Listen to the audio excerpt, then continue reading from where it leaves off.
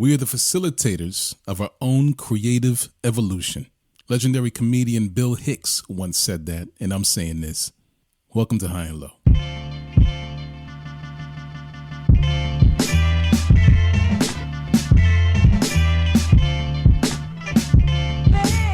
Good day and good night. Welcome to the High and Low Basketball Show. This is episode number 100 and Weber, aka episode number 184. I often associate Chris Webber with the number 4. He wore the number as a member of the legendary Fab Five of Michigan. He wore it for every team he played for in the NBA, with the exception of Detroit in 2007. That's when he switched it up to 84 because, well, the Pistons had retired Joe Dumars' number 4 years before, and Joe wasn't about to unretire his number for Chris Webber. LeBron, Kobe, Shaq, maybe Tim Duncan, but not C-Web, nah. And the award for the most random reason to pick a jersey number goes to C-Web, who claimed his nephew had a dream about Webber hitting a buzzer beater with the number 84 on his jersey. And that's the reason why he chose the number. Makes no sense, at least to me. Anyway, again, welcome to the show. My name is Ike Amaechi. Around here, we live by a principle governed by the high and low lives of the world, which means we talk about basketball, especially and specifically the NBA, and we talk about it at any time, anywhere, north, south, east, west, high, and low. This week on the show, I'm talking about how the NBA, as a piece of entertainment, as content, survives this Godzilla-sized transformation in media. The league finds itself at a critical juncture right now with the evolving terrain of the broadcasting market, the traditional cable and satellite TV model, which was once the bedrock of sports consumption. It's now undergoing a seismic shift. Streaming services, digital platforms, personalized content experiences are reshaping how audiences engage with sports. The conventional broadcasting model is waning. It's on life support, with cord cutting becoming increasingly prevalent. Consumers, empowered by an array of streaming options, demand flexibility, personalization, and a direct connection to the content. So this paradigm shift poses challenges not just to the NBA, it's a challenge for all sports leagues, leagues that have long relied on lucrative broadcasting deals. I don't want to get ahead of myself. I'll dive into the details about where the league is and where it could be going and how it will benefit you, the consumer. You don't want to miss this one. We do have a listener question this week, so I'll get to that as well. Stay tuned for all of that. Before we lock in, let me check in. Oh, hi. Thanks for checking in. I'm still a piece of garbage. Again, just checking in with you, our listeners, the high and low lives of the world. Hope you're having a great week. Thank you for joining me for another installment of the show. Another week, another episode, more NBA. So, of course, more high and low. Things are certainly happening in the NBA. You have questions, we have answers. So let's talk about it. Let's talk about something important. This week's question is from Manish in Toronto, Canada. Shout out to Manish and shout out to my folk in Toronto. I know Toronto's buzzing right now because everyone's reacting to Drake's most recent offering. The shoe fits. Many, a man and woman, are really in their feelings about the words in that song, man. They can relate to those words, and you don't want to relate to the words in that song. Anyway, I digress. Back to Manish's question. It's this. The NBA season has passed the 1 month mark. After 1 month, what team or player has surprised you the most? So, great question, Manish. Great question. I think it's a simple one for me, at least the answer, despite the fact that there have been several pleasant surprises. I think we were expecting OKC to make a leap this year with a full, healthy roster. We'll see if that continues with all the stuff that's surrounding Josh Giddey. But Minnesota, sitting at the top of the West, this is something that no one saw coming, maybe with the exception of some delusional fan in Minnesota. You know, the Wolves have been great, especially their defense. They have the best defensive rating in the league. And honestly, I mean, you have to attribute a bit of that to Rudy Gobert, who's anchored their defense. I know people love to hate Rudy, but hey, you can't really argue with what he's been able to bring to that team defensively. But yeah, the biggest surprise, despite how surprising Minnesota's season has been thus far, this first month, it has to be Orlando. The Orlando Magic, perennial bottom feeder, currently tied for second in the East. I don't know how long it's going to last. So, hey, let's just take this opportunity to talk about the Magic because heaven knows we never do. Similar to Minnesota, Orlando's early season success has been due to their effort on the defensive end. You know, they have the second best defensive rating in the association behind the Wolves, of course. They're getting key contributions from their top guys, Paolo Banchero and a confident and reinvigorated Franz Wagner. Fresh off a star-turning performance in the Worlds this summer. So he's continuing that success.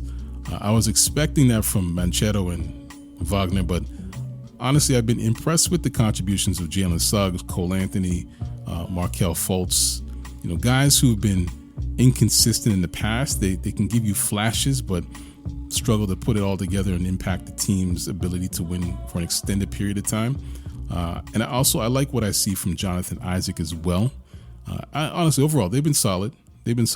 So again, let's see how long this lasts, because it's Orlando. But hey, shout out to Orlando. Shout out to the Magic for having a strong start to the season. And hey, thanks for the question, Manish in Toronto. Appreciate you. I was going to wrap up there, but I just stumbled upon another question from listener Lauren. Lauren in Sioux Falls, South Dakota. I don't think we've ever received a question from anyone in South Dakota, but this is a good question. After last week's episode from Odd NBA Stories, I went down a rabbit hole that I'm still stuck in. What's the strangest story from this season so far? Thank you for the great question, Lauren. Shout out to you and your folk in Sioux Falls. I like this question because it gives me another opportunity to share some odd NBA stories. And there's certainly two stories.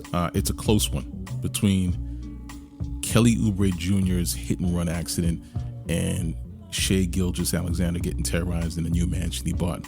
Wow! Just a few weeks back. I don't know. Let me just jump into it just a little bit if you're not familiar. First with Kelly Oubre, Hugo's guy.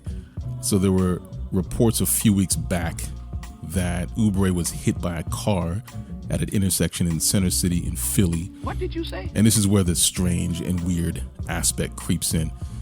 There was an incident report filed by PD stating Oubre had been struck at the intersection by a silver vehicle as it attempted to turn. So he was apparently treated by medics at the scene and transported to Thomas Jefferson University Hospital, where it was determined he had sustained injuries to his ribs. I think he had a fractured rib, also injured his hip and his leg. That's something serious. And by the way, no mention of the driver of the vehicle. So I guess that's where the hit and run comes in. I guess the driver just fled. So the thing is that police reviewed all surveillance footage and they didn't find any video evidence of the accident, which is weird because the intersection has cameras and apparently it's a pretty busy intersection. The other weird twist is the appearance of a video of Kelly Oubre arriving at home with a bicycle, and it's from their Ring camera, I guess at their condo. Not a sponsor, Ring. And Oubre appears to be in a bit of pain. Like he looks like he's limping a bit, like wincing. Now, according to TMZ, they say that you can hear him tell his wife, Shai, he was hit by a car. And of course, she's like concerned and she calls 911. And this is when the ambulance arrives and he's taken to hospital. So weird, because I thought he was treated at the scene by medics and taken to the hospital. And that's what the incident report states. And also, where did the bike come from? Did he pick up a random bike during his trip from the hospital to home? Like, I don't know. None of this makes sense. It's strange. It's just weird. And it's pending. Because Oubre has been out of the lineup as he recovers from his injuries. The injuries are real. So something happened, but who knows? Maybe he wasn't supposed to be riding a bike. Maybe it's in his contract. Maybe something happened while he was riding a bike. Maybe he sustained an injury or he fell, something like that. I don't know. Anyway, or maybe, yes, he was hit by a car. But anyway, in another strange turn of events, a 10,000 square foot mansion right on Lake Ontario, just outside of Toronto, was purchased by top 10 guy Shai Gilgeous-Alexander. And that turned from a dream home into a legal nightmare. Not sure if you've heard about this one. Just days after moving into the house last month, Shai and his partner were lounging in their new home when they received a visit from a menacing individual at their front door. That's crazy. Imagine that. This person's looking for the previous occupant, Aiden Platursky, a self-proclaimed crypto king who faced bankruptcy in 2022. The house, initially described as an elegant resort-like estate, basically had a dark history of threatening visits, frequent threatening visits, and even a kidnapping of its former resident. Did you hear that? Now, Platursky, known for extravagant spending by investors, he lived a lavish lifestyle, basically on the backs of the rich, and he never paid it back. He took millions and millions from these people, and they were looking for him. Anyway, Platursky owned the property until his financial downfall. Shai Gilgeous-Alexander, under his holding company, filed a lawsuit seeking to void the purchase, basically claiming that the seller failed to disclose the property's link to Platursky and its potential security threats. Very valid argument there. Yes, the legal battle really unveils a series of alarming events, including Platursky's questionable business practices and his kidnapping by an aggrieved investor who forced him to record a message on video where he was clearly beaten to a pulp. The guy's face looked like ground beef.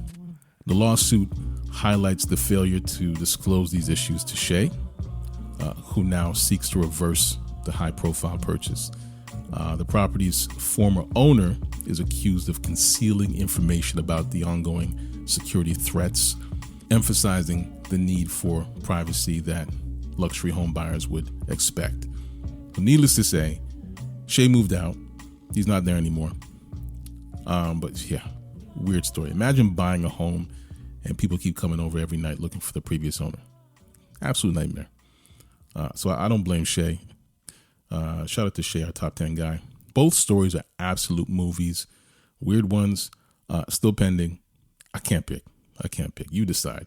But great question, Lauren. Shout out to you. Appreciate you. Quick reminder to the high and low lives of the world.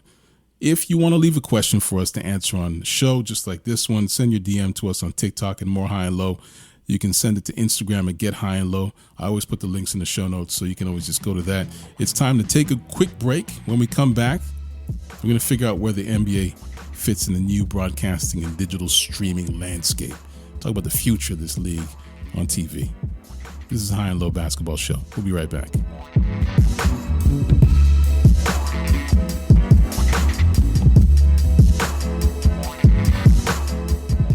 This week in NBA history, the sunset in Los Angeles. On November 29th, 2015, the basketball world stood still as Kobe Bryant, an icon synonymous with the Lakers of Los Angeles, declared his retirement through a poignant poem on the Players Tribune website. This heartfelt announcement marked the conclusion of Kobe's illustrious 20-season NBA career, all of which he dedicated to the Lakers. The Black Mamba's decision to step away from the court triggered an outpouring of emotions and reactions across social media platforms, capturing the sentiments of fans, fellow athletes, and admirers worldwide. As we look back on the moment, the curtain fell on an era defined by Bryant's unparalleled talent and unwavering commitment. We remember this pivotal moment in history of the NBA and Kobe's enduring legacy. That was a little something for the NBA history nerds. Now let's get back to the High and Low NBA show.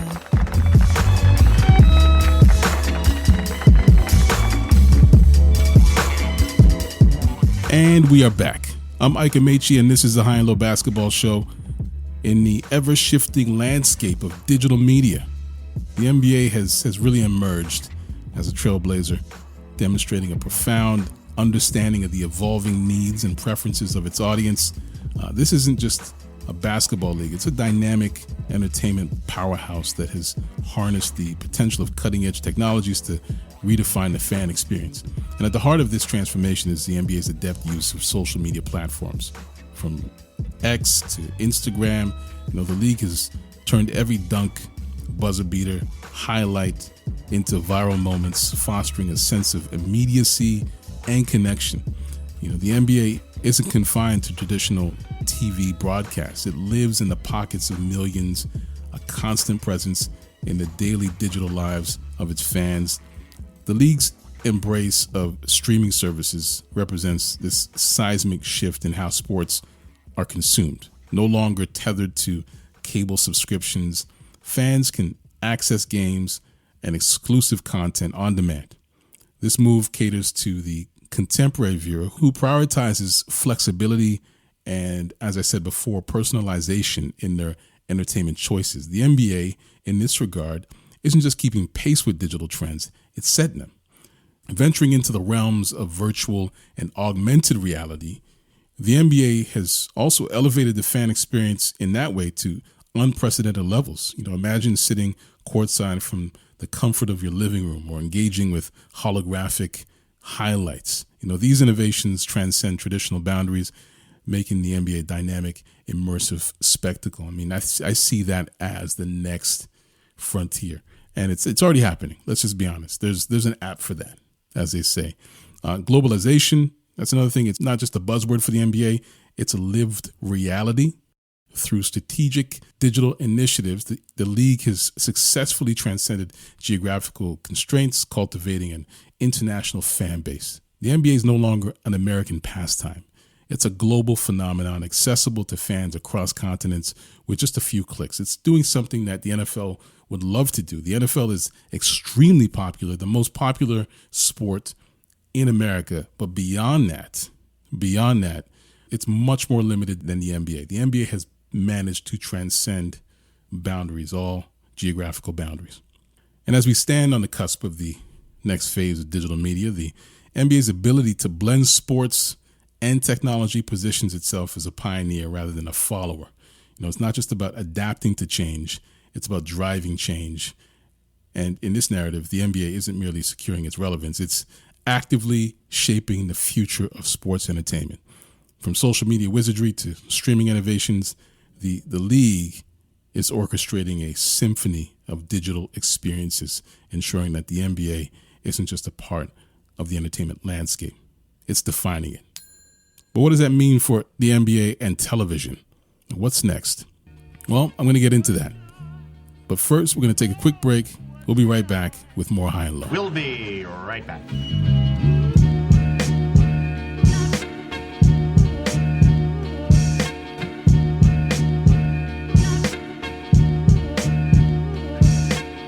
All right, you guys, what's next? And I'm back. I'm Ike Amaechi. This is High and Low. This is also one of my favorite types of episodes because you know me. I love to get into this type of information and share it with you, our listeners. But hey, let's keep it moving. So in the era of cord cutting and digital dominance, the NBA finds itself at the forefront of a transformative shift in the broadcasting landscape. So as mentioned before, traditional television networks are grappling with diminishing viewership, and the NBA, with its forward-thinking approach, has strategically positioned itself to navigate and thrive in this new media terrain. So one key facet of the NBA's success in the digital age is its adept use of diverse content formats. I alluded to this in the last segment. Beyond live game broadcasts, the league has embraced short-form content, highlight reels, behind-the-scenes footage. This multifaceted content strategy recognizes the diverse preferences of modern audiences. I talked about that flexibility that people are looking for. It's not just about the game, it's about the narratives, personalities, and moments that extend beyond the court. Now, streaming services have become a linchpin in the NBA's broadcasting strategy. The league's willingness to embrace platforms like NBA League Pass, which it owns, and explore partnerships with major streaming services like Amazon Prime, potentially Apple TV, YouTube. This all reflects an understanding that the future of sports consumption is digital.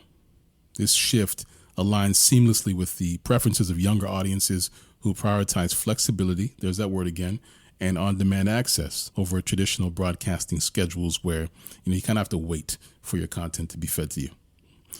Now, the rise of social media platforms has been a game changer for the NBA. As I've said before, with the global fan base that really spans continents, the league leverages platforms like X, Instagram, TikTok to create viral moments and engage with fans in real time. The ability to turn every dunk or buzzer beater into a shareable experience has really amplified the NBA's reach and influence, directly impacting the diminishing traditional broadcasting market. Now, as the NBA heads into negotiations for a new TV deal in the next couple of years, the landscape is ripe for innovation. A potential scenario could involve a hybrid model, combining traditional broadcasting rights with digital streaming partnerships. This model not only ensures continued access for traditional TV viewers, but also caters to the growing demographic of cord cutters and digital natives. The NFL has already ventured into this space with their deals with Amazon Prime. For example, MLS, Major League Soccer, they've already ventured into this space with their deal with Apple TV. And moreover, the NBA's global appeal positions it as an attractive asset for streaming giants looking to expand their international footprint. Forward-looking TV deal might involve not only domestic networks, but also strategic partnerships with global streaming services, unlocking new revenue streams and broadening the league's reach. Imagine the NBA partnering with Netflix, for example. Oh, I like that idea. In this evolving landscape, the NBA's agility and willingness to embrace change becomes its greatest assets. As discussions unfold, the league's ability to strike a balance between tradition and innovation will shape the contours of its next broadcasting deal, whether through groundbreaking streaming partnerships, engaging social media content, or a hybrid approach. The NBA is poised to redefine what a TV deal looks like in an era where the only constant is change. And I hope you're listening to this one, Adam Silver. There's some nuggets in here that you really should consider. But anyway. Why the fuck I can't shoot three-point shots? That brings us to the end of this episode of High and Low. I hope you enjoyed this one. It was a fun one to do. It was a fun one to record. You know me, I love sharing this type of information with you, our listeners. Remember to subscribe to High and Low anywhere you find podcasts. Make us a part of your weekly routine. You know where to find us. We're on Instagram, TikTok, X, formerly known as Twitter, and we're on YouTube. Links to those are on the show notes. Once again, music is by Live of the Enjoy Music Group. That's the music you're listening to right now. You can find Live on X and on Instagram at LYVE. Additional music is by Sonny Rockwell of The Goodness. Can't find that guy anywhere. Believe me, I've tried. Sound design is by Vaughn August. This is a Vaughn Abraham podcast, just in case you didn't know. So on behalf of the digital evolution of the new changing landscape in TV, I'm Ike Amaechi. Thank you for listening to High and Low, and we'll talk to you next week.